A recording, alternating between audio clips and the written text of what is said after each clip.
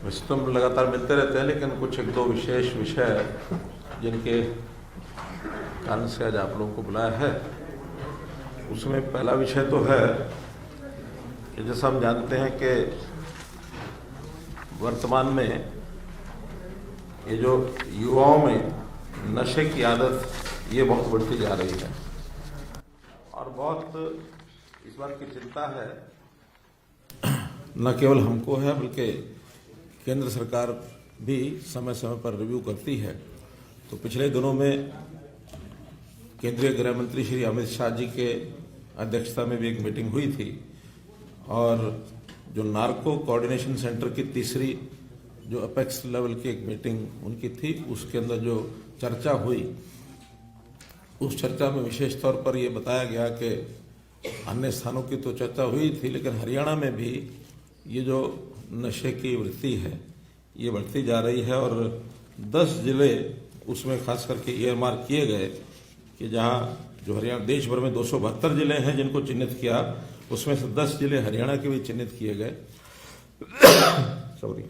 सिरसा, रोहतक, हिसार, अंबाला, फतेहाबाद, करनाल, कुरुक्षेत्र, पानीपत, नूंह और सोनीपत।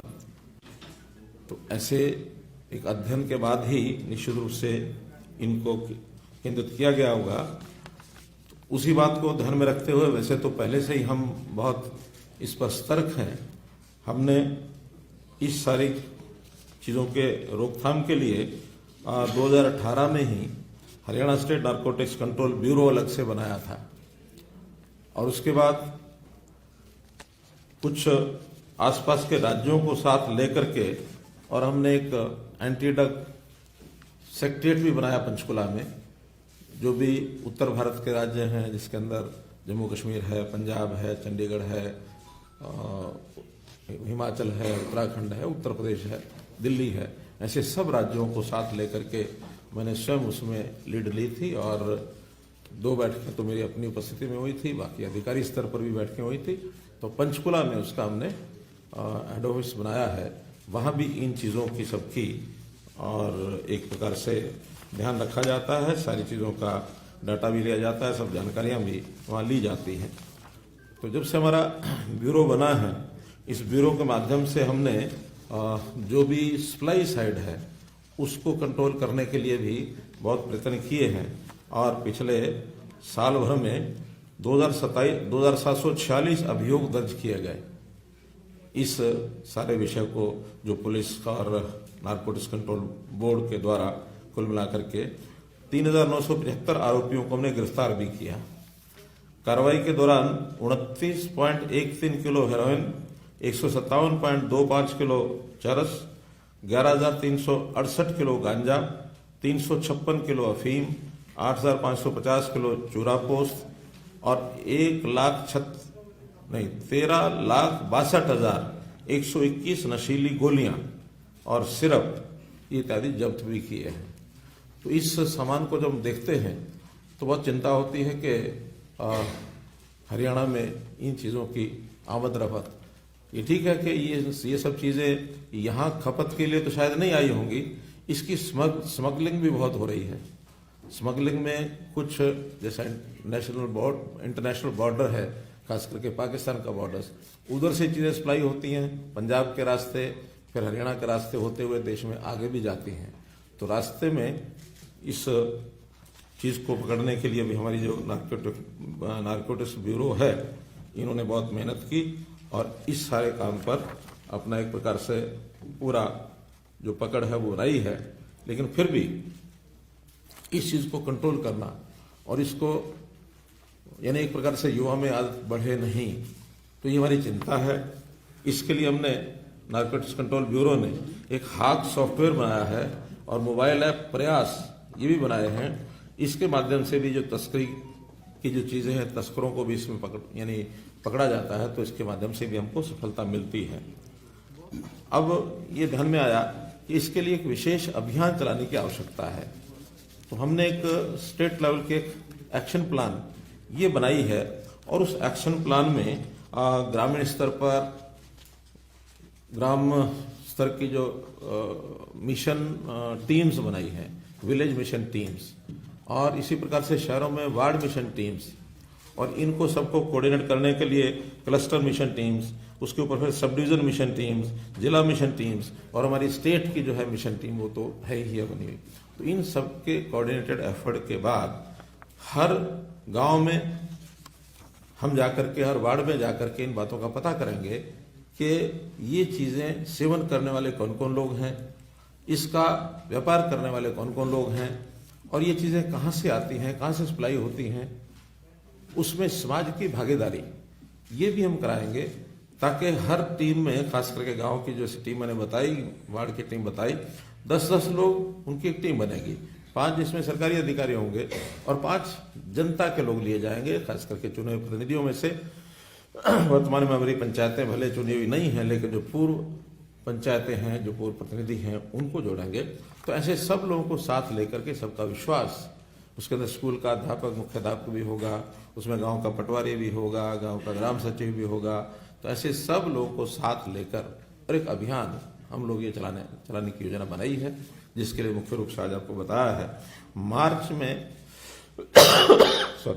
मार्च महीने में इन सब का गठन जो है वो हो जाएगा। और मार्च महीने के बाद गठन के बाद फिर गांव-गांव में, वार्डों में जाकर के और उन सबको एक प्रकार से मीटिंग्स जो करेंगे, उन मीटिंग्स के लिए हमने जुलाई तक का समय रखा है कि अप्रैल, मई, जुलाई 3 महीने में ये सब गांव-गांव में मीटिंग्स हों, डाटा इकट्ठा किया जाए, उनको अवेयरनेस जो है वो पैदा की जाए। तो इस सारे काम के लिए हम लोगों ने समय का निर्धारण किया है ताकि इस 3-4 महीने का जो अभियान है, उस अभियान के बाद जो लोग पकड़े जाएंगे, जो लोग इस प्रकार की आदतों में फंस चुके हैं, उनको फिर सेग्रीगेट करके उनके डी एडिक्शन सेंटर्स सामान्यतः हेल्थ डिपार्टमेंट और सोशल जस्टिस डिपार्टमेंट इनके द्वारा ही वो बनाए जाते हैं। उनमें उनकी इस आदत को कैसे छुड़वाया जाए, तो बड़े लेवल पर जितने भी संख्या में बनाना आवश्यक होगा, उतनी संख्या में हम अस्पतालों में, CHCs में या उससे नीचे लेवल पर भी जिस प्रकार का काम करना होगा, अगर बड़ी संख्या में लोग मिलते हैं तो उनको सबको एक बार लेकर के और फिर बाद में उनकी रिहेबिलिटेशन। कई बार व्यक्ति किसी परेशानी से, बेरोजगारी से या किसी और सेटबैक से, कोई उसका बिजनेस घटा हो गया, कोई पारिवारिक झगड़ा हो गया, कोई भी कारण होते हैं, उन कारणों के कारण से भी व्यक्ति ड्रग एडिक्ट हो जाता है, नशीली चीजों का सेवन करने लग जाता है। तो ऐसे लोगों की काउंसलिंग करा करके ताकि उनको मुख्य धारा में लाया जाए। बेरोजगार है तो उसके रोजगार की चिंता की जाए, घरेलू को झगड़ा तो काउंसलिंग करके उनको कैसे ठीक किया जा सकता है। तो इन सारी चीजों को लेकर के और एक बड़ा कार्यक्रम आगे आने वाले 4 महीने में हम लोग लेने वाले हैं। विषय और भी 2 हैं, लेकिन इस विषय को पूरा करने के लिए हमारे हेल्थ मिनिस्टर हैं, कोई चीज और जोड़नी होगी तो आप बताएंगे, कोई भी विषय इसमें जोड़ना है।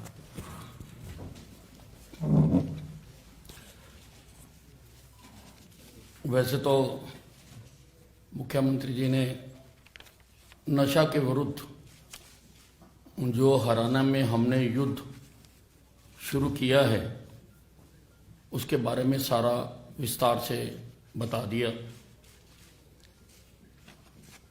Haryana state narcotic control bureau का कार्यालय मधुबन में बनाया गया है और 28/12 को मैं उसका उद्घाटन करके आया था। सब सुविधाओं से संपन्न वो कार्यालय वहाँ पर बनाया गया है। इसके लिए एक टोल फ्री नंबर भी हमने शुरू किया है, वो है 90,508-91508। इसके ऊपर कोई भी हरियाणा का व्यक्ति अगर कहीं पर भी कोई भी ऐसी एक्टिविटी हो रही है जो नशे से संबंधित है तो वो इसकी सूचना दे सकता है और सूचना देने वाले का बिल्कुल गुप्त रखा जाएगा और उसके ऊपर कार्रवाई की जाएगी। और उनको कार्रवाई का हमने एक मापदंड बनाया है कि जो भी केस पकड़ा जाएगा, चाहे वो छोटा है चाहे वो बड़ा है, उसके डेड एंड तक जाया जाएगा कि कहाँ से आई, किसने बेची, वो कहाँ से लाया था। जब तक डेड एंड तक हम नहीं जाएंगे तब तक हमारा अन्वेषण जो है, हमारी इन्वेस्टिगेशन जो है, वो पूरी नहीं मानी जाएगी। इसके लिए अभी तक काफ़ी काम, जैसा मुख्यमंत्री जी ने बताया कि कितनी अफीम, कितना गांजा, कितनी चरस हमने पकड़ी है, वो सारा बताया गया। हरियाणा को पूरी तरह से हम नशा मुक्त करेंगे। उसके लिए सारी मेरी पुलिस, नारकोटिक ब्यूरो के अतिरिक्त भी बाकी पुलिस को भी हमने एक्टिवेट किया है। सारी पुलिस को हमने कहा है कि वो ड्रग्स, जुआ, शराब, सट्टा, इलीगल आर्म्स, इसकी रेगुलर रेड्स हो रही हैं और वीकली हर सुपरिटेंडेंट मेरे पास इसकी अपनी रिपोर्ट भेजता है कि कहां से क्या पकड़ा गया।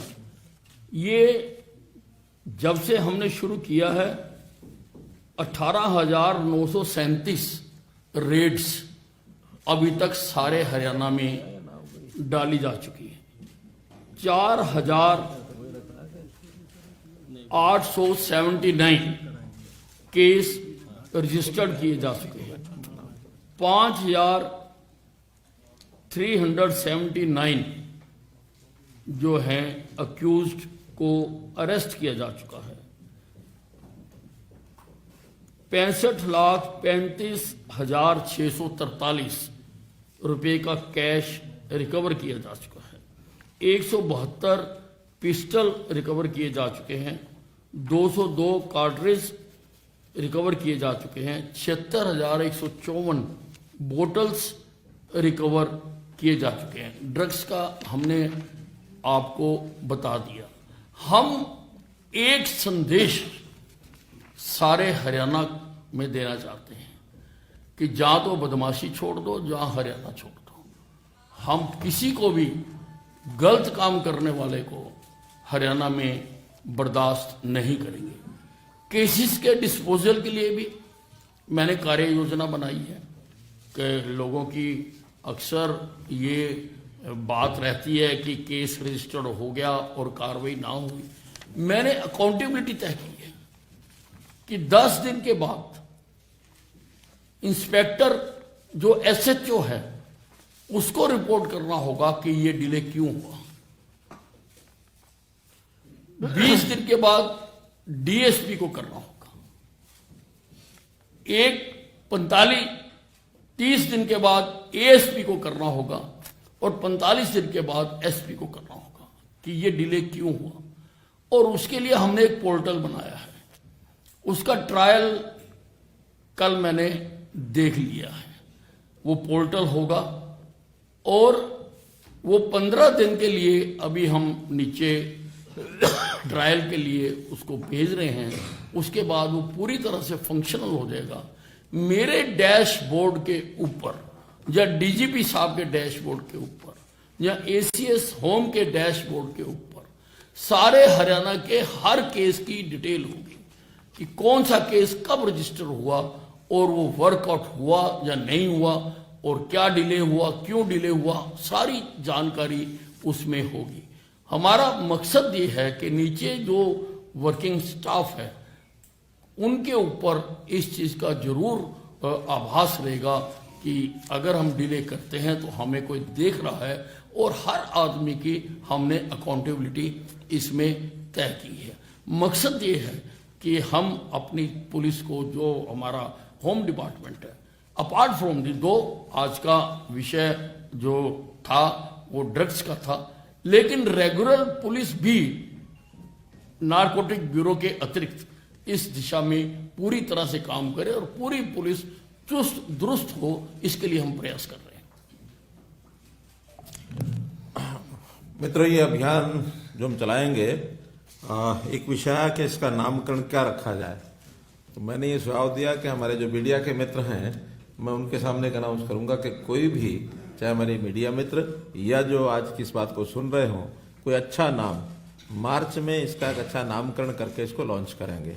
तो आप में से कोई अच्छा नाम बता देगा तो हमारे टीम के लोग उसका कोई ना कोई अवार्ड भी घोषित करेंगे। जी जी, है ना, कोई अच्छा नाम आना चाहिए। ठीक है, तो ये वैसे ही सर हम उसका भी एक अच्छा नाम सोच रहे हैं कि जैसे पंजाब में उन्होंने एक बड्डी प्रोग्राम किया था, तो हरियाणवी लैंग्वेज के हिसाब से उस बड्डी का क्या काउंटर पार्ट बनता है? नहीं, जरूरी नहीं कि उसका काउंटर पार्ट, हमारा जो उद्देश्य है, जो उद्देश्य है उसके साथ जुड़ा हुआ होना चाहिए। कोई नशे से दूर करना है, युवकों को बचाना है, कोई जागृत यानी कार्यक्रम करना है। बड्डी एक इंग्लिश शब्द है, उसके अर्थ कोई बहुत अच्छे नहीं है। हमने जो ये नशे का कारोबार करते हैं और जो लोग पकड़े गए हैं उनकी प्रॉपर्टी अटैचमेंट्स का भी प्रक्रिया हमने आरंभ की है। हमने कुरुक्षेत्र में प्रॉपर्टी अटैच की है, हमने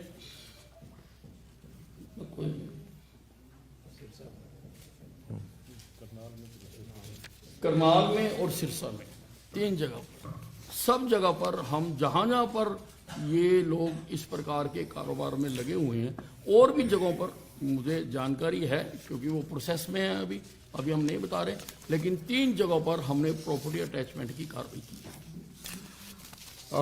एक दूसरा बहुत महत्वपूर्ण और करंट इशू है, हम सबकी चिंता का विषय है कि इस समय यूक्रेन में जो टेंशन्स हैं यूक्रेन देश में, और बहुत एक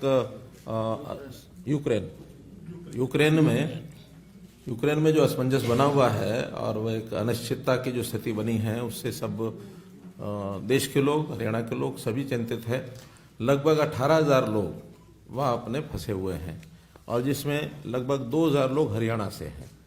तो उसके लिए मेरी भी लगातार मिनिस्ट्री ऑफ एक्सटर्नल अफेयर्स में बातचीत चल रही है, तो वो अपने प्रबंध कर रहे हैं। पहला तो केंद्र ने ही मिनिस्ट्री ऑफ एक्सटर्नल अफेयर्स ने एक स्पेशल कंट्रोल रूम बना लिया है और उसमें 15 अधिकारी हैं जिनको वहाँ जिम्मे लगाया गया है और वो लगातार नज़र रखे हुए हैं। और उन्होंने अपना कंट्रोल रूम का नंबर और ईमेल एड्रेस जारी किया है।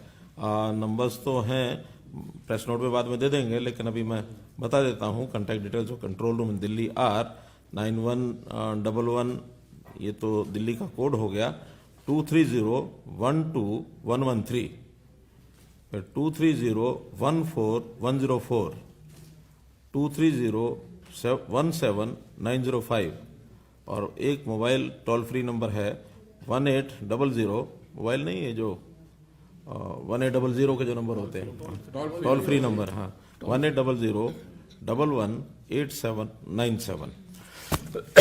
इसी प्रकार से हमने यहाँ अपने चंडीगढ़ में भी हरियाणा के लोगों के लिए कंट्रोल रूम बनाया है। वो मुख्य रूप से आप लोग उसको जरूर लिख लें। उसका व्हाट्सएप नंबर है 92123, ये जरूर लिखें आप, 92123 14595। कोई भी जानकारी ऐसी होती है या किसी की कोई वहां से सहायता की रिक्वेस्ट आती है तो हम इस पर फॉरवर्ड कर दें एक व्हाट्सएप के रूप में, 92123 14595। और इसी प्रकार से जो हमारा फॉरेन कोऑपरेशन डिपार्टमेंट है, उन्होंने अपनी ईमेल आईडी जो इसके लिए रखी है, वो उनकी रेगुलर जो ईमेल आईडी है वही है contact contact@us@AT-FCD, contact@FCD पूरा लिखना है @gmail.com। तो फॉरेन कोऑपरेशन डिपार्टमेंट हमने बनाया ही है, तो उसका वहाँ एक अलग से यूक्रेन सेल इस नाम से 2 लोगों को हमने बैठाया है, ताकि वो जानकारियाँ, जो कि हमारे पास तो जानकारियाँ आएंगी, वो MEA में जानकारी हमने देनी है, सहायता उन्हीं के माध्यम से होगी। एक कांटेक्ट नंबर और एक ईमेल एड्रेस से हमने बैठाया है। 2000 में ब्रेकअप है, स्टूडेंट्स कितने, डॉक्टर्स कितने? अभी ये ब्रेकअप नहीं आया है, जनरल जानकारी है कि लगभग, लेकिन ज़्यादातर उसमें स्टूडेंट्स हैं, MBBS स्टूडेंट्स जो हैं ज़्यादातर मेडिकल करने जाते हैं, वहाँ मेडिकल कॉलेजेस की सुविधा है, तो ज़्यादातर लोग वही हैं। बल्कि एक केस हमारे योगेंद्र चौधरी जी हैं यहाँ, हाँ, एक केस अभी सवेरे उनको जानकारी मिली थी तो अभी उनकी सहायता की भी। ये क्या था केस, वो जरा बताएं। सर उसमें स्टूडेंट की नीवा गिल उनका उनकी फैमिली का आया था कि वो आ नहीं पाई, तो जब हमने चेक किया तो पता चला कि उनका वीज़ा जो मिला था उनको तो वो कार्ड खो गया था, बट एम्बेसी ने उनको ऑफर किया कि वो अपना जो एक टेम्परेरी कार्ड बना के वापस आ जाए। उसकी डिसाइडेड कि नहीं, फिर मुझे बात में दोबारा दिक्कत आएगी तो सोचा अगली फ्लाइट से आ जाऊंगी, बट अभी फ्लाइट ही नहीं। इस तरीके का रिस्क बच्चे ना ले वापस आ जाए, जो भी सरकार arrange करती है, ये हमारा ये चिंता स्वाभाविक है क्योंकि हरियाणा के लोग हैं तो सभी लोग चिंता कर रहे हैं। मुझे सुरजेवाला जी का पत्र भी मिला था और भी कुछ विधायकों के 2-3 के फ़ोन भी आए कि भी इसके लिए कोई हमको व्यवस्था करनी चाहिए, तो वो हमने आज व्यवस्था की है। इसके बाद मुझे लगता है कि हम सुरक्षित उनको सबको वापस लाने में पूरी मदद कर पाएंगे, ऐसा मुझे लगता है। तो अभी जो सिंह साहब जो युद्ध का ऐसा माहौल बना हुआ है जिसमें सारी फ्लाइट्स बंद कर दी गई, क्या कोई ऐसी अपील भी करेंगे कि अभी आप लोग जहाँ हैं वहीं सुरक्षित रहिए? देखिए, इस ऐसे विषय में चूंकि केंद्र सरकार जो है वो पूरा ध्यान रखे हुए है और सारी फ्लाइट्स बंद है, वो सब बंद है, लेकिन फिर भी एयरपोर्ट्स के ऊपर वहाँ के बच्चे जैसे थोड़ा सा अफरा तफरी मचती है तो थोड़ी मची है, तो भी उन सबको यही कहा जाएगा कि जब तक एयरपोर्ट से व्यवस्था न बने तब तक उनको सुरक्षित अपने स्थानों पर वहाँ रहना चाहिए। तो ये अपील मैं ज़रूर करूँगा और बाकी हरियाणा के लोग, देश के लोगों से कहूँगा कि जो जिसकी मदद जिस भी प्रकार से हो सकती है वो सब उनको सांत्वना दें, उनको भरोसा दें। यही एक विषय इस समय करने का है। बाकी तो हमारी मिनिस्टर ऑफ एक्सटर्नल अफेयर्स वो सारा नज़र रखे हुए, उस हिसाब से बातचीत करेंगे। कुछ 2-3 विषय और इसमें आपको बताने हैं। हमने आयुष्मान की योजना, आयुष्मान भारत योजना जो केंद्र सरकार की, भारत सरकार की योजना है, लोगों को 5 लाख रुपए तक की स्वास्थ्य को उनको जो खर्च है उसका बीमा उनका हो जाए, तो उसके लिए 15.5 लाख परिवार ये उसमें जिनको ये सुविधा प्राप्त होनी थी वो लोग चिन्हित हैं SCCC डाटा में। लेकिन बहुत ऐसे लोग हैं जो SCCC डाटा में नहीं हैं और वास्तव में BPL टाइप हैं, गरीब हैं, तो हमने विचार किया है कि उनका सारा खर्च भी आयुष्मान भारत के अंतर्गत, जिनकी आय 1,80,000 रुपया सालाना से कम है, ऐसे सब परिवारों को आयुष्मान भारत का लाभ दिलाएंगे। उसकी प्रक्रिया चालू हो गई है, हमने केंद्र से बात कर ली है। उन परिवारों को भी इस पोर्टल में जोड़ देंगे ताकि उनका कार्ड उसी सिस्टम से बन जाए। बाद में उनका खर्च जो है, जो एम्पैनल्ड हॉस्पिटल्स हैं आयुष्मान भारत की योजना का, तो वहाँ से लेंगे। हाँ, वो तो है। हाँ, और वो सब परिवार जिनको ये दे रहे हैं, क्योंकि परिवार पहचान पत्र का एक जो मन बनाया है पोर्टल, उसमें निश्चित रूप से उनका रजिस्ट्रेशन होना जरूरी है, तभी हमारे पास उसकी जानकारी मिलेगी कि कौन परिवार क्या है। तो ऐसे गरीब परिवारों का सबका खर्च जो बाकी बचे हैं वो हरियाणा सरकार देगी, ये हमने तय किया है। और उसका प्रोसेस हमारे हेल्थ डिपार्टमेंट और परिवार पहचान पत्र सब लोग मिलकर, यानी क्रेडिट डिपार्टमेंट, वो सब मिल करके उसका प्रोसेस को आगे चलाया है। अभी मैं 2-3 विषय बाद में लेंगे, अभी कंप्लीट कर लेता हूँ। अभी तो एक निर्णय यही है कि 1,80,000 वेरीफाइड इनकम जिसकी होगी उसको इसमें करेंगे। BPL, हाँ, वैसे BPL का पहले जो दायरा था वो 1,20,000 साल का था, उसको हमने बढ़ा के 1,80,000 किया था। और वो इनकम वेरिफिकेशन का भी जो प्रोसेस अभी चालू है, 3 फेज का हो चुका है, 4था फेज अब चालू है, ये मार्च में हो जाएगा। और इसके बाद भी जो बचेंगे अप्रैल में आगे भी बढ़ेगा, लेकिन बिना वेरिफिकेशन के वो नहीं हो पाएंगे उसमें एंटाइटल्ड।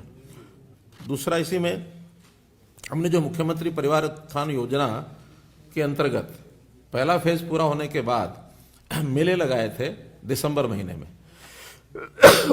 उन मेलों का अच्छा रिजल्ट निकला। 90,000 लोग उन्होंने इस मेलों में जाकर के अपने फार्म भरे थे और अपने काम की इच्छा जताई है, जिसमें वो लगातार चलने वाला काम है, क्योंकि डिपार्टमेंट्स भी काम को देख रहे हैं, बैंक्स भी उसमें सारा सर्वे करके देख रहे हैं। अभी तक जो आज तक 37,512 लोगों की एप्लीकेशन असिस्टेंस की वो मंजूर हो गई हैं। अब उनको कभी भी उनका जो लाभ है या उनका जो लोन है वो सब दिया जाएगा। अभी तक उनकी जो अप्रूवल है वो 37,512 की हुई है। हमारा पहला टारगेट है 1 लाख परिवारों को इसमें सहायता देने का। अब दूसरा जो मेला है राउंड का, वैसे कोरोना के कारण से लेट हुआ, वरना हमारी योजना थी कि जनवरी में दूसरा राउंड चले, तो जनवरी और फरवरी में ना चला करके अब वो 2 मार्च से सेकंड राउंड उन मेलों का शुरू होगा। उनकी डेट्स तय हो गई हैं। लगभग 1 लाख परिवारों को उसमें भी बुलाया जाएगा, और जब 1 लाख परिवार उसमें बुलाया जाएगा तो जैसे 37,000 ये हुए, बढ़ते बढ़ते ये भी बढ़ेगा, तो दोनों मेलों का मिलाकर के भी हमारा 1 लाख का टारगेट पूरा होगा। लेकिन इसके बाद भी लगातार इन मेलों का क्रम जारी रहेगा अगले साल में, यानी 22-23 में, ताकि जो गरीब परिवार हैं इनकी आमदन कैसे बढ़े। वास्तव में हम लोगों को लाभ देने के हमारे 2 तरीके हैं। एक तो सरकार की ओर से कुछ दिया जाए, एक उनकी आय के साधन बढ़ाए जाएं। आय के साधन बढ़ते हैं तो उसमें डबल लाभ है। एक तो स्वाभिमान बढ़ता है अगले का कि हाँ, मैं अपना कमाई हुई तब मैं अपना काम कर रहा हूँ, खर्च कर रहा हूँ। और फिर दूसरा लाभ ये कि सरकार के ऊपर उतना वजन कम पड़ता है, वरना सरकार तो फ्री की योजनाओं में बहुत बड़ा पैसा, उसका सरकारी पैसा उसमें जाता है। तो हम सबको 1,80,000 से ऊपर ले जाने की हमारी योजना है। कैसे आगे बढ़ेंगे उसकी जानकारी आपको दी जाएगी। एक विषय वैसे तो प्रेस नोट के माध्यम से हमने आपको सबको बता ही दिया है, फिर मैं जानकारी दे रहा हूं, क्योंकि उसमें काफ़ी कुछ समझ बढ़ गई है लोगों की, धीरे धीरे ठीक हो जाएगा। लेकिन विपक्ष के लोग लगातार उसके ऊपर हैमर करते हैं। वैसे विधानसभा विषय आएगा, वो है आंगनबाड़ी का। आंगनबाड़ी लगभग 47,000 आंगनबाड़ी वर्कर और जो उनके हेल्पर हैं, उन सब का पिछले दिनों में उनकी जो डिमांड्स थी, उनके साथ बैठ करके सारी डिमांड जो उनकी थी, जो उचित मानने लायक थी, सबकी मान ली थी। मानने के बाद उन्होंने धन्यवाद भी किया, फोटो भी खिंचवाया। लेकिन वहाँ से जाने के बाद और 2 घंटे बाद उनका कि हमारी तो कोऑर्डिनेशन कमेटी नहीं मानती है। हमने कहा भी कोऑर्डिनेशन कमेटी कल को फिर और कुछ कह देगी। जब एक सरकार के साथ आप लोग यूनियन के नाते फैसला कर गए हो तो फैसला फैसला है। जब उन्होंने बात की तो उसके बाद 50% तो अगले ही दिन काम पर चालू हो गई थी। बाद में लगातार एक दबाव जैसे बनता है, इसके पीछे पॉलिटिक्स भी होती है। आप लोगों को मालूम है, पॉलिटिकल लीडर उसके अंदर कुछ ना कुछ करते रहते हैं, और आखिर में तो ये आ गया जी कुछ भी मान लो, थोड़ा सा मान लो। हमने कभी पहले जो मान लिया पहले उसको पूरा करो, फिर साल में 2 साल में फिर चलेगा। कौन सा कुंभ का मेला थोड़ी कि 12 साल बाद मिलेंगे, हर साल मिलते हैं, हर साल कुछ ना कुछ उनके लिए हम करते ही हैं। और मैं आपकी जानकारी के लिए, हमारे यहाँ हरियाणा में आंगनबाड़ी वर्कर्स को, हेल्पर्स को देश भर में सब प्रांतों में सबसे ज़्यादा दे रहे हैं। और उसका जो आंकड़ा है आज का मैं बता देता हूँ, इस महीने से यानी उसी समझौते में हमने जो 600-700 रुपये बढ़ाया था, उनका बढ़ने के बाद 12,661 रुपये उनका मानदेय है कि इनका आंगनवाड़ी वर्कर्स का। और जो 10 वर्ष से ऊपर जिनका अनुभव है, जिनका 10 वर्ष से कम अनुभव है, उनका 11,400 है। मिनी आंगनवाड़ी वर्कर्स का भी 11,400 है। तो इस प्रकार से इतना कहीं भी नहीं है। पंजाब भी 9,500 है, छत्तीसगढ़ 6,500 है, मध्य प्रदेश 10,000 है, दिल्ली 9,600 है, राजस्थान 10,500 है, पांडुचेरी 6,500 है, पश्चिम बंगाल 6,700 है। ऐसे ही जो हेल्पर हैं उनका भी हमारे यहाँ सबसे अधिक 6,781 है। बाकी सब पंजाब में 4,700, छत्तीसगढ़ में 3,200, मध्य प्रदेश 5,000, दिल्ली 4,889, राजस्थान 5,800, पांडुचेरी 4375, पश्चिम बंगाल 4,800, यानी सबसे ज़्यादा। और इसके अलावा भी हमने जो इनको और कुछ चीज़ें दी हैं, उसमें आंगनवाड़ी जो वर्कर्स हैं उनको पहले सेवानिवृत्ति पर 30,000 रुपये की राशि मिलती थी एक्स ग्रेशिया, जिसको हमने बढ़ा करके 1 लाख रुपया कर दिया। जब रिटायर होंगी तो 1 लाख उनको मिलेगा, और जो हेल्पर हैं उनको 50,000 रुपये मिलेगा। वर्कर अथवा हेल्पर दुर्घटना में मृत्यु होने पर 2 लाख रुपया मिलेगा। ये देश में कहीं नहीं है। तो इसलिए हमने उनकी सहायता यानी उनके सहयोग के लिए उनके, क्योंकि कुल मिलाकर ये कोई वैतनिक कर्मचारी नहीं है, ये जिसको कहना चाहिए वॉलंटियर्स हैं। तो वॉलंटियर को ऑनरेरियम इस रूप में शायद 100 या 150 रुपये शुरू हुआ था। ये 100-150 रुपया भी अपने गांव में ही रह करके चलो थोड़ा छोटा मोटा काम करेंगे, 100-200 रुपया। उस समय 100-200 रुपये की वैल्यू अच्छी थी 92-93 में, लेकिन उसके बाद भी बढ़ते बढ़ते 2005 में भी 1,000 रुपये था सर। हाँ, 2005 में भी 1,000 रुपया था, 5 से लेके 22 तब भी हमने 11, 11,500, 12,500 कर दिया। तो इसलिए हम हमेशा एक संवेदनशीलता से इन सब के लिए हम सोचते हैं, करते हैं, लेकिन एक सीमा से आगे कोई जिद करके चलता है तो वो उचित नहीं है, किसी के लिए भी उचित नहीं है, ना समाज के लिए, ना सरकार के लिए, ना उस वर्ग के लिए। तो मैं तो ये जो इनको उकसाते हैं, जो इनके लीडर्स हैं, खास करके पॉलिटिकल लीडर्स, उनको भी कहूंगा कि किसी वर्ग को इस प्रकार से खराब ना करें। नुकसान बहुत होता है, सबका होता है, तो नहीं करना चाहिए। बजट के संबंध में जितनी बात बतानी है उतनी है कि 3 वर्ष से हम बजट पूर्व बैठकों का जो सिलसिला है वो शुरू किया है हमने। कोविड के कारण से इस बार ऑनलाइन बैठकें ज़्यादा हुई हैं, तो अभी तक 7 फरवरी से ये बैठकें शुरू की थी, प्री बजट बैठकें 8 बैठकें हुई हैं, जिसमें 427 लोगों से हमने विचार विमर्श किया, प्रत्यक्ष 1 to 1। बहुत सुझाव आए हैं, वो सब सुझाव डिपार्टमेंट्स ने भी लिखे हैं, हमारे वित्त विभाग ने भी लिखे हैं, और इसमें सभी विभाग हैं, जैसे स्थानीय निकाय, उनके प्रतिनिधि, उद्योगपति, पंचायतों के प्रतिनिधि, कृषि विभाग, स्वास्थ्य, रियल एस्टेट, शिक्षा क्षेत्र, इन सब के प्रतिनिधियों से और हमने सुझाव लिए हैं। और अब ये 7 दिन का जो समय है उनको सबको इनकॉर्पोरेट करके बजट बनाने का विषय है। तो सुझाव का एक प्रकार का चरण हमारा वो पूरा हो गया है। मुआवजा पिछले दिनों में हमने आपको ध्यान में ही, आपके सामने ही 12 जिलों के 561 करोड़ रुपया, यानी कई लाख किसान थे, उनको 561 रुपया सीधा हमने डाइवर्ट किया था, जो आगे उनको पहुंच गया होगा। प्रधानमंत्री फसल बीमा योजना में भी 700 करोड़ रुपए स्वीकृत हुए हैं, जिसमें से 261 करोड़ रुपया ये उनके अकाउंट्स में चला गया है। बाकी सब भी मार्च अंत तक ये सब चला जाएगा। एक विषय वृद्धावस्था सम्मान भत्ता। पहली बात तो यह है कि हम लोग सारे देश में सबसे ज़्यादा सम्मान भत्ता ये दे रहे हैं, और इसमें चूंकि सम्मान भत्ता जो हकदार है उसको मिलना चाहिए, इसके लिए थोड़ा परिवार पहचान पत्र का सहयोग हम ले रहे हैं। तो उसके नाते से वैसे तो हर महीने जो लोग अप्लाई करते हैं और उनको सम्मान भत्ता दिया जाता है, पिछले 1 साल में 2,18,000 ऐसे लोगों को सम्मान भत्ता नए लोगों को दिया गया है। उसमें वृद्धावस्था वाले भी हैं, उसमें विडोज भी हैं, उसमें दिव्यांग भी हैं। तो ऐसे सबको 2,18,000 पिछला जनवरी से लेकर दिसंबर तक, और जनवरी 21 से दिसंबर 21, और अगर जनवरी 22 और जो आज तक का फरवरी का अगर सारा आंकड़ा जोड़ लिया जाए तो ये 33,000 और जुड़ जाते हैं। तो 2,51,000 लोगों को इस 1 साल में लगभग ये दिया है।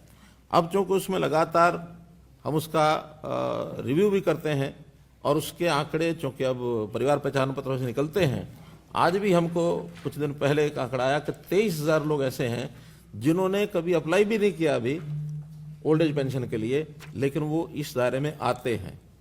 अब मालूम नहीं है, स्वाभिमान के कारण से नहीं, या वो अप्लाई करने के लिए वो गए हों, उनको कठिनाई आ गई हो, या उनको भरने कोई नहीं देता, दूर दराज है, जानकारी नहीं है।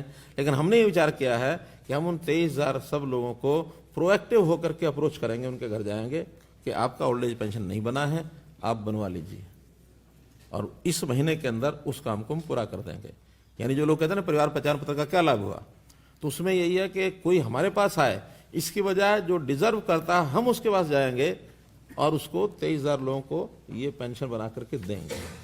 और दूसरा जो बताया था कि अभी 58 साल से 60 साल के बीच के जितने लोगों की आय उसमें लिखी हुई है, उसका वेरीफाई करा करके उसमें दर्ज हो जाएगा, और एक बार डॉक्यूमेंटल प्रूफ उसका हो गया कि 60 साल का 21 दिन हुआ है, उसके बाद उसको अप्लाई नहीं करना है, ऑटोमेटिकली उस दिन उसकी जो है पेंशन बन जाएगी, पैरामीटर्स पूरा होते ही। इसलिए ये सुविधा एक परिवार पहचान पत्र की ये जो दी जा रही है, इससे लोगों को एक राहत ये सब मिलेगी।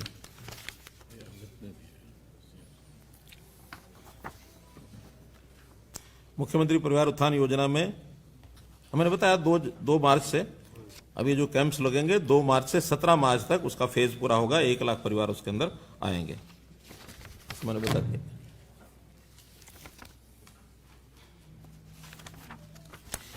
अब विषय है भर्तियों का। ये भी अपने को पता है कि भर्तियां हम लगातार पारदर्शी तरीके से कर रहे हैं। वो जो पर्ची खर्ची सिस्टम था वो बिल्कुल चलता नहीं था। कुछ बातें उसमें जो ध्यान में आई कि बहुत से ऐसे गिरोह ध्यान में आए हैं, पकड़े गए हैं, जो उसमें कहीं ना कहीं लीकेज कराने में वो माहिर हैं। वो चाहे साइबर अपराध करते हैं, चाहे मिली भगत से अंदर उनके लोग लगे हुए हैं, और ये केवल हरियाणा के नहीं है, इसमें ये जो गिरोह हैं बहुत दूर दूर तक काम करते हैं। यानी इनकी जड़ें जम्मू कश्मीर में मिली, इनकी जड़ें हैदराबाद में भी मिली, इनकी जड़ें गुजरात में भी मिली, इनकी जड़ें यूपी में भी मिली। तो ऐसे गिरोह बने हुए और सब जगह ही ऑपरेट करते हैं, क्योंकि काम करने वाली बहुत सी मशीनरी कॉमन होती है सब जगह। पेपर सेटर कॉमन होते हैं, कहाँ से प्रिंट होना वो सब लगभग कॉमन होते हैं। तो कहीं ना कहीं इनके सारे रूट्स बने हुए थे। लेकिन हरियाणा में इस बार हमने सफलतापूर्वक बहुत बड़ा ये नेटवर्क इनका तोड़ा है। और उस नेटवर्क को तोड़ने के लिए जो आंकड़े हैं बड़े चौंकाने वाले हैं कि यानी जो पुलिस सिपाही भर्ती हुई उसमें जो पेपर लीक हुआ उसके अंदर तुरंत कार्रवाई करके इस समय तक 70 आरोपियों को गिरफ्तार किया जा चुका है। एक पेपर में 70 आरोपी, यानी कितना बड़ा नेटवर्क होगा ये, इसमें से ध्यान करने की बात है। एसटीएफ ने पिछले 3 महीने में 3 बड़े गिरोह जो पकड़े हैं उसमें 26 आरोपियों को और जो है इसके अलावा और पकड़ा है। ग्राम सचिव की जो परीक्षा हुई उसमें भी 7 मुकदमे दर्ज किए गए, 64 आरोपी इसमें पकड़े गए हैं। अब इसमें मेरा कहने का मतलब ये है कि ये चीजें ऐसा नहीं कि अब खड़ी हुई हैं, ये बहुत पहले से बहुत जगह पर ये चल रही होती हैं। जिसका दाव जैसा लगा वैसे करने लग गए, लेकिन हमने उनके सब के नेटवर्क काट दिए हैं, तोड़ दिए हैं। और मैं अब दावे से कह सकता हूं कि अगली कोई परीक्षा होगी उसमें किसी प्रकार का कोई लूप होल नहीं मिलेगा। इंपर्सोनेशन बहुत बड़ी मात्रा में होती रही है। नाम किसी का, परीक्षा कोई देके जा रहा है, परीक्षा देने कोई आ रहा है और पुलिस में उसके जो फिजिकल पैरामीटर के लिए कोई और आ रहा है। तो उनके सबके, हालांकि एक केस हमारे पास जेबीटी टीचर्स का भी आया था जो पिछली सरकार के समय था, जिसके निशान जो है थंब इंप्रेशन हमने मिलाए थे, हस्ताक्षर मिलाए थे और उसमें सैकड़ों लोग उसके अंदर पकड़े भी गए थे। लेकिन उस समय भी हमें ये नहीं था कि भी ये बहुत बड़ा ऐसा है कि सब जगह ये सारा विषय चल रहा है। लेकिन इस बार उस पर गहराई से हमने काम करके उसको पकड़ा है, एक बड़ी सफलता है। इसमें कोई कितना ही कहता रहे, लेकिन इस एक बीमारी को जड़ से दूर करने का काम ये सफलतापूर्वक हमने किया है। मैं इसलिए बता रहा हूं कि अब अगली भर्तियां बहुत जल्दी होंगी, ग्रुप सी की भी होंगी, ग्रुप डी की भी होंगी, एबी की भी होंगी, स्टाफ सिलेक्शन कमीशन भी करेगा और एचपीएससी भी करेगा। उन्होंने अपने सिस्टम को भी ठीक कर लिया है। इसलिए ये विषय आपको एक ध्यान कराने के लिए इस विषय को मुझे आपके सामने रखना था। मित्रों, महत्वपूर्ण विषय तो 2 पहले नारकोटिक्स ब्यूरो का और जो हमारा अभियान चलेगा नशा मुक्ति का वो, और साथ में यूक्रेन वाला जो विषय था वो आपके सामने रखा। बाकी जानकारियां जो थी वो दी हैं। फिर भी अगर कोई बात आपको लगता है तो आप उसको। सर, ये पानीपत और सोनीपत के इलाके में कई विधायक ने आपको पत्र भी लिखा है कि जो एनसीआर का दायरा है वो घटाया जाए, क्योंकि जो अनाउंसमेंट की गई कि एनसीआर के दायरे में आने वाली जो गाड़ियां प्रभावित होंगी, तो उसको लेकर के आप कुछ विचार कर रहे हैं? ऐसा ये विचार हमने नहीं करना। ये एनसीआर प्लानिंग बोर्ड में सारे विषय रखे जाते हैं और इसका जो अर्बन जो हमारी मिनिस्ट्री है शहरी विकास की केंद्र की, वो उसको फाइनल करते हैं। क्योंकि एनसीआर के साथ जुड़ा विषय है। एनसीआर का अर्थ ये था, एनसीआर एरिया का, कि जो दिल्ली के ऊपर प्रेशर बढ़ रहा है, दिल्ली की सीमाएं हैं अपनी, तो वो प्रेशर दिल्ली के ऊपर ना बढ़े, इसको थोड़ा सा डिस्ट्रीब्यूट किया जाए, थिन किया जाए, तो आसपास के एरिया में कुछ सुविधाएं दी जाए, इंफ्रास्ट्रक्चर दिया जाए, योजना बनाई जाए, प्लानिंग की जाए। उसके लिए एनसीआर एरिया था। पहले बहुत थोड़ा एरिया था, बाद में कुछ योजना दी गई कि इसमें हम सहायता करेंगे, उसको हम भी लालच में आकर के बढ़ाते चले गए, ये बढ़ा लो, ये बढ़ा लो। और हरियाणा का पिछले डेट तक 57% एरिया वो एनसीआर में आ गया। लेकिन जब एनसीआर के कारण से वो जो दिल्ली वाले प्रभाव हैं प्रदूषण के, एनवायरनमेंट के या पानी के या धुएं के या बाकी चीज़ों के, एनजीटी ने उसको जब यानी मैं शब्द प्रयोग करूंगा थोपना ही, शायद ठीक है कि नहीं है, लेकिन वो थोपना शुरू कर दिया। तब ध्यान में आया कि इसका लाभ के बजाय इसको हमारे नागरिकों को कठिनाइयाँ ज़्यादा हैं। तो उन कठिनाइयों को हल करने के लिए फिर हमने ये विषय निकाला कि इसका दायरा कम करवा दें। बहुत लोगों ने कहा कि ये विषय तो पॉलिटिकल बन जाएगा। मैंने कहा पॉलिटिकल तो बढ़ाना हुआ बन गया अब, तो इसको हमने तो ठीक करना, जनता को राहत देनी है। तब ये उसको कम करने के लिए सैद्धांतिक रूप से बात मान ली गई है कि अब उसका कितना किलोमीटर है, 100 ना, अभी 100 ना, 100 किलोमीटर तक मान लिया गया है। और उस 100 किलोमीटर में अगर मैं करनाल का कहूँ तो पहले करनाल पूरा जिला आता था, अब उसमें घरोंडा तहसील ही आएगी, घरोंडा तहसील से आगे का नहीं आएगा। यानी घरोंडा लगभग 100 किलोमीटर के दायरे में आता है। जिले तो सारे शायद कोई एक आधी कम होगा, लेकिन उसके बहुत जिलों के पार्ट रह जाएंगे, बाकी कम हो जाएंगे। सीएम साहब, आपने ड्रग सप्लाई की बात कही, पाकिस्तान से पंजाब होते हुए हरियाणा और अन्य राज्यों में होती है ये, तो पंजाब जो पड़ोसी राज्य है उसमें कोई पॉलिटिकल पैट्रोनेज की बात आई है सामने, कोई ड्रग्स को लेके? देखिए, ऐसा मैं नहीं कह सकता, क्योंकि हमारे से पहले पंजाब की हालत खराब हुई और जम्मू कश्मीर से, पंजाब से, उस बॉर्डर से चीजें आनी शुरू हुई। अब इसकी कोई सीमाएं नहीं होती हैं, ना कोई स्मगलर की, ना ड्रग लेने वालों की, ला जाने वालों की, नशे की कोई सीमा नहीं होती है। वो तो जैसे जैसे बढ़ता आगे फैलता चला जाता है। इसलिए कोई इसको पॉलिटिकल पैट्रोनेज देगा ऐसा तो नहीं है। इतना जरूर है कि इसमें पैसे का बहुत बड़ा रोल है, और पैसे का रोल करने वाले जो अंडरग्राउंड ऑर्गेनाइजेशंस हैं, आतंकी यानी संगठन जो हैं, उन लोगों का जरूर इसमें रोल है। वो इसमें से अपना पैसा बहुत निकालते हैं, जिसका दुरुपयोग देशद्रोहिता के लिए वो दुरुपयोग करते हैं। ये तो जानकारियां हैं, लेकिन मैं किसी को कहूँ पॉलिटिकल पैट्रोनेज, और हम इसमें पॉलिटिकल लड़ाई नहीं लड़ते हैं। ये जो आपने नारकोटिक्स के ऊपर क्योंकि फोकस्ड है हमारी प्रेस कॉन्फ्रेंस, और इसमें बताया कि हमने ये पकड़ा है, इतने लोग पकड़े हैं।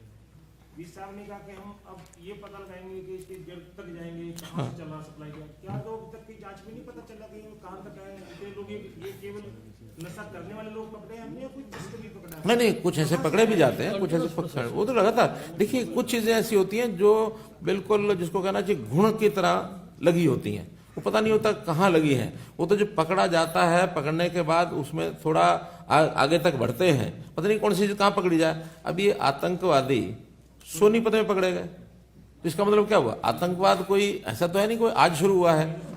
आतंकवाद की शुरुआत तो 20 साल पहले, 25, 30, 40 साल पहले हुई, 84 में शुरू हुई। उससे पहले भी कहीं ना कहीं रूट्स निकल सकती हैं। अब ये सारी समस्याएं जो सामाजिक समस्याएं होती हैं, उसका कहाँ से वो शुरू हो और कहाँ तक रुकी हुई है, इसका नहीं पता लगता है। इससे भी जानना चाहता है कि जो हमने गिरफ्तार कर ली, उसकी इन्वेस्टिगेशन में कहाँ पहुंची ये बात? आखिर कहीं ना कहीं वो पहुंची तो पकड़े ही होंगे ना। और कुछ बातें हो सकता है कि जब तक पूरा उसको क्लीन नहीं करेंगे नीचे तक, तब तक बताना भी उचित नहीं है। तो अभी यहाँ से तो क्योंकि पैदा होता नहीं नशा, यहाँ तो नहीं होता, लेकिन जहां जहां होता है, बाहर से जहां खेती होती है, अब मध्य प्रदेश में तो लोग खेती करते हैं इसकी, और राजस्थान में भी करते हैं, तो वहां से लेके आते हैं। हमारे हरियाणा में तो कम से कम खेती शायद कहीं नहीं होती। कई अलग अलग एरियाज में जो ड्रग्स हैं, अलग अलग एरियाज हैं जहाँ से सप्लाई होते हैं। कुछ अलग अलग एरियाज, ये जो पकड़े गए हैं, जो गृह मंत्री महोदय का कहना था कि जो भी ये केसेस हम पकड़े जा रहे हैं, हम उसमें ये प्रयास कर रहे हैं कि फॉरवर्ड और बैकवर्ड लिंकेजेस को एस्टेब्लिश करें उसमें, कि पीछे कहाँ से आए, ताकि जो बड़ी मछलियाँ हैं इसमें उन पे हम पकड़ सकें उनको।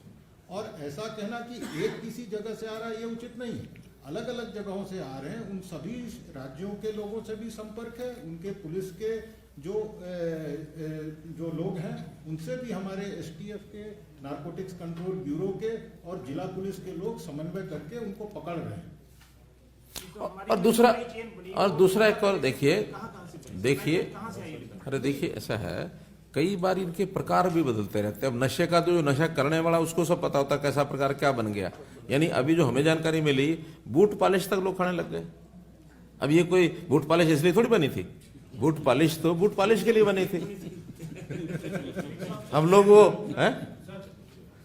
वो जो दवाइयां जो हैं तरह तरह की, अब दवाइयां तो इलाज के लिए आती हैं।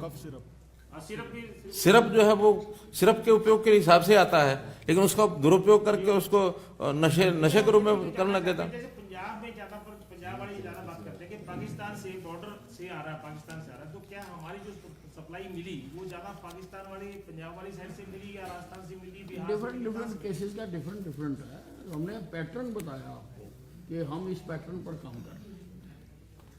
सर, प्रेस कॉन्फ्रेंस तो ड्रग एडिक्शन पे है, मेरे को सारे पत्रकारों की सेंटीमेंट ये भी है, बिग साहब और आप इकट्ठे बैठे हैं, बहुत हिस्टोरिक ओकेजन है। ये कौन सा हिस्टोरिक ओकेजन है? हम कोई पहली बार बैठे हैं। हम 1990 से लेकर के, सुनिए 1990 से लेकर के, और हमारा राजनीतिक साथ उस समय का है जब पहली बार चुनाव लड़े थे विज साहब अंबाला से नौकरी छोड़ करके, और मैं वहाँ उस चुनाव में मेरी भी अपनी भूमिका थी। हम लोग उस समय चल रहे हैं, उस समय से चल रहे हैं। आई नो सर मैं छोटा सा क्वेश्चन नहीं पूछ रहा, मैं साहब भी जवाब दे देंगे, आप भी दे देंगे। आपके जो रिलेशन को लेके सर एक बड़ा मीडिया में और ये सब मैटर ऑफ रिसर्च आल्सो बड़ा आपका इंटरेस्टिंग रिलेशन। नहीं, आपको पीएचडी करनी है इस पर। देखिए, मैं for all times to come, मैं फॉर ऑल टाइम्स टू, हाँ जी हाँ जी हाँ जी हाँ जी हाँ जी। वो मामला कोई भी हो, लेटेस्ट ये मामला आपने स्टेटमेंट दी थी राम रहीम जी की जो फाइल है ब्रेकथ्रू ढूंढी हुई, सीआईडी को लेके चर्चा में रहा कि पुलिस के फंक्शनिंग को लेके आप सीएम साहब डीजीपी का बड़े बड़े इश्यूज हर होते हैं। मैं मतलब तभी मैंने कहा ये बड़ा हिस्टोरिकल ओकेजन है हमारे लिए भी, मैं golden opportunity to ask you question. Sir मेरा सिंपल सी बात है, आपका जो रिलेशन है ये कोई साहब तो मन की बात रोज हमें बता देते हैं, आपको मन की बात जानना ऐसा मैं नहीं मैं ऑन रिकॉर्ड बता रहा, सुन लो आपकी बात का जवाब दे रहा, मैं ऑन रिकॉर्ड बता रहा हूँ। अरे नहीं सवाल हो गया आपका, मैं ऑन रिकॉर्ड बता रहा हूँ। अरे सुन लो ना, सुनो तो सही, मैं बता रहा हूँ ना। मैं देखो इसका देखिए नाउ मैं आपकी हम बात समझ गए, और ये बात बार बार किसी ना किसी तरीके से आपके बीच में आती भी है। मैं हमेशा के लिए आपको बताना चाहता हूं कि सीएम साहब के साथ मेरी बहुत अच्छी मित्रता है और पुरानी मित्रता है। किसी मुद्दे पर हमारे अलग अलग मत हो सकते हैं, लेकिन मन हमारा एक है कि हमने ये सरकार मजबूती के साथ चलानी है और इस हरियाणा के हर हरियाणवी की हमने सेवा करनी है। मन हमारा एक है। और मैं अगली बात बता देता हूं कि आपको मन की बात विजय साहब बता देते हैं, और मैं अपने मन की बात सारी विजय साहब को बता देता हूं।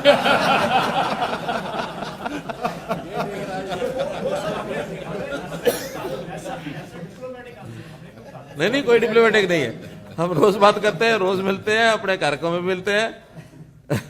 उसमें लेकिन सर कुछ बातों का कम्युनिकेशन जो है विशाल तक नहीं पहुंच पाता, उसको लेकर के विशाल नहीं कोई ऐसा विषय नहीं है। ये अभी राम रहीम वाले केस में राम रहीम का फैक्चुअल है। नहीं देखिए, राम रहीम का विषय जेल में जाने के बाद उसको पैरोल देनी कि नहीं देनी है, ये पुलिस विभाग का उतना बड़ा काम नहीं है जितना जेल विभाग का है और जितना एडमिनिस्ट्रेशन का है। तो जेल विभाग से सारी जानकारियां वहाँ के डिविजनल कमिश्नर ने सब जानकारियां जिससे लेनी थी उन्होंने ली, उन्होंने संख्या दे दी कि दे सकते हैं। उन्होंने इवन एजी से भी पूछा। तो इसलिए जो जिस विभाग का काम होता है वो करके हम पूरा करते हैं। जब एजी साहब ने ये कहा कि ठीक है इनको दी जा सकती है, तो उन्होंने उसको अप्रूव कर दिया, और अप्रूव करने के बाद वो 21 दिन की फरलो पे चले गए और उन्होंने कहा मुझे यहाँ रहना है, तो जहाँ रहना है वहाँ की पुलिस से हमने जानकारी ले ली। उन्होंने कहा कि ठीक है हम इसकी व्यवस्था सारी करेंगे, आप भेजो। ये कह रहे हैं कि जेड प्लस सुरक्षा अभी नहीं, जेड प्लस सुरक्षा के बारे में बता चुका हूं कि जब भी व्यक्ति के ऊपर कोई भी थ्रेट होता है, जब थ्रेट होता है तो उसको उसके हिसाब से सिक्योरिटी मिलती है। जब इनको सेंटेंस हुई तब तक भी इनके ऊपर थ्रेट जो था, सिक्योरिटी थ्रेट, वो खत्म नहीं हुआ था। लेकिन जेल में जाने के बाद सिक्योरिटी जेल की मिलती है, वहां किसी प्रकार की जेड सिक्योरिटी की उसकी आवश्यकता नहीं होती, जेल के अंदर रहना होता है। लेकिन जैसे व्यक्ति कैदी जेल से बाहर निकलेगा उस समय उसका सिक्योरिटी थ्रेट कितना है उसके हिसाब से उसको सिक्योरिटी मिलेगी। वो सिक्योरिटी थ्रेट उसका जो पहले था आज भी है, तो उनको वही सिक्योरिटी उसने मिल गई। जब तक बाहर रहेंगे रहेगी, जिस दिन अंदर चले जाएंगे खत्म।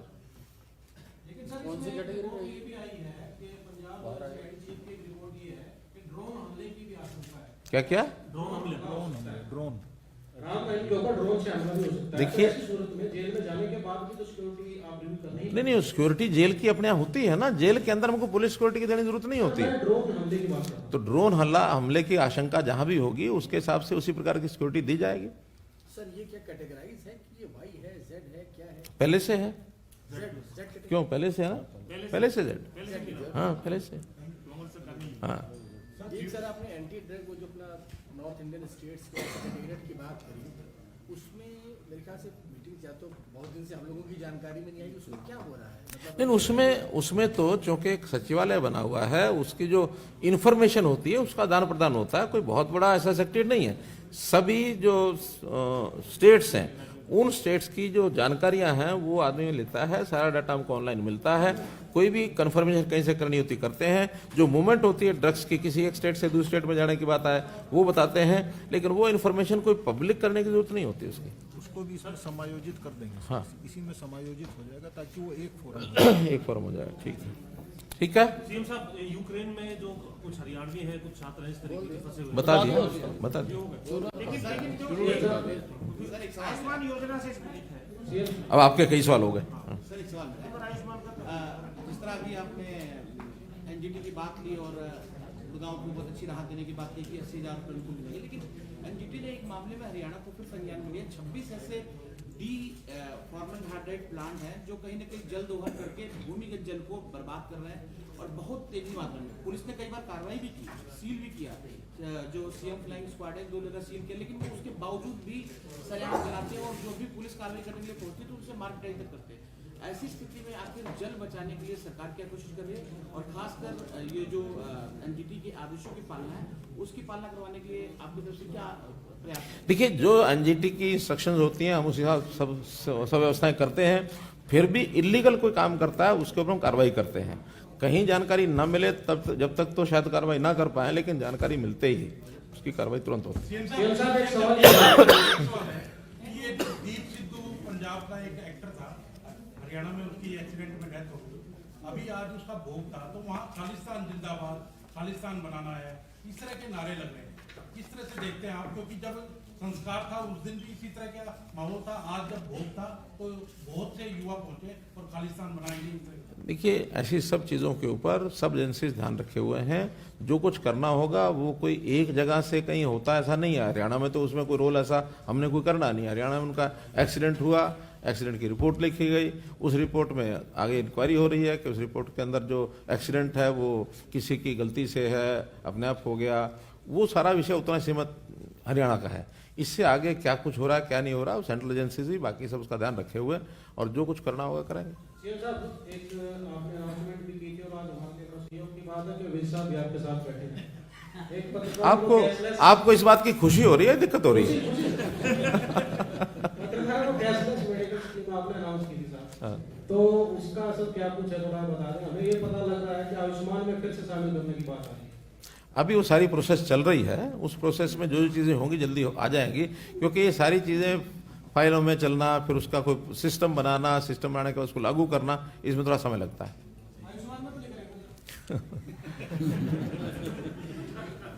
नहीं, आपको अपनी आशंका है वो पूछिए, हमारे दोनों के बैठने से उससे क्या संबंध है? आपने ड्रग्स की बात भी, पंजाब में इलेक्शन होके हटे हैं, उस दौरान ड्रग्स की मात्रा बढ़ी थी कि कम? सप्लाई या पकड़े पंजाब में ड्यूरिंग इलेक्शन चल रहा था, ड्रग्स की सप्लाई ऐसा कि इसका कोई चुनाव के साथ वैसा संबंध नहीं है। हाँ, ये ठीक है कि जब कहीं चुनाव होते हैं उस समय जो अल्कोहलिक मात्रा तो सब तरीके से बढ़ती है जब भी कहीं चुनाव होते हैं। हाँ, नाके लगाते हैं, पकड़ी भी जाती है। बल्कि हरियाणा के हमारे जो केंद्रीय गृह सचिव हैं उनके साथ हमारे अधिकारियों की मीटिंग हुई, उन्होंने स्पेशली कहा क्योंकि हरियाणा में चुनाव नहीं है, इधर पंजाब में भी हैं, यूपी में भी हैं, इसलिए आप अपने यहाँ ड्रग्स यानी अल्कोहल की स्मगलिंग न हो, यहाँ से बाहर ना जाए, बाहर से यहाँ ना आए। तो हमने अपने नाके सारे लगा दिए थे, बंद किए थे। बल्कि एक आध ट्रक हमारा बाहर पकड़ा भी गया, उसके खिलाफ FIR हुई और ट्रक अभी भी अंदर है, वो पकड़ा हुआ है। तो ये सख्ती हम करते हैं जब ऐसी कोई सूचना में मिलती है। इसको पंजाब ने सहयोग के लिए धन्यवाद भी। हाँ, डीजी पंजाब ने बताया कि सहयोग के लिए धन्यवाद भी किया। बहुत बहुत धन्यवाद। वर्ल्ड फेमस बाबा सलीम खान 21 बार गोल्ड मेडलिस्ट। सारियां थमा तो निराश ते मायूस होने वाले एक बार फोन जरूर करो, जिमें चाहोगे ओमें होएगा। It's my promise, immediately result, open challenge. इल्मा दे माहिर A to Z समस्यावां दा फोन ते घर बैठे करवाओ हल। वशीकरण ते मुठ करनी, लव मैरिज, सौतन ते दुश्मन तो छुटकारा, पक्का काम पक्का हल, 101% गारंटी, अष्टाम पेपर समेत। सब तो पहला काम करन दा वादा, नौकरी, प्रमोशन, कारोबार च परेशानी, घर च झगड़ा, कोर्ट केस, तलाक, प्रॉपर्टी झगड़ा, पति पत्नी च अनबन, जादू टोना, मनमोहनी वशीकरण करवाओ जा तोड़वाओ, रुस्से नूं मनाउणा। हुणे कॉल करो बाबा सलीम खान 98 199 37 467। अलीशा बेगम, ना कोई चैलेंज ना कोई इनाम, सिर्फ काम को सलाम। वशीकरण करवाना हो या तुड़वाना हो, प्यार में धोखा, शादी के लिए माँ बाप का ना मानना, काम वही जो सर चढ़कर बोले, इधर उधर ना भटके। दुआ भी तकदीर बदल सकती है, सोचने से नहीं फोन करने से दुख दूर होंगे। झूठे और मीठे बनकर लूटने वालों से सावधान, हर समस्या का समाधान 3 दिनों में किया जाता है। अगर आपकी किस्मत में लॉटरी है तो इसे कैसे हासिल करें? सुपर स्पेशलिस्ट, पति पत्नी में अनबन, प्रेम विवाह, नौकरी, कारोबार में रुकावट, कोर्ट केस, तलाक केस, सौतन दुश्मन से छुटकारा, लॉटरी, सट्टा नंबर, वशीकरण करवाना या तुड़वाना, बीमारी में दवा ना लगना। अलीशा बेगम।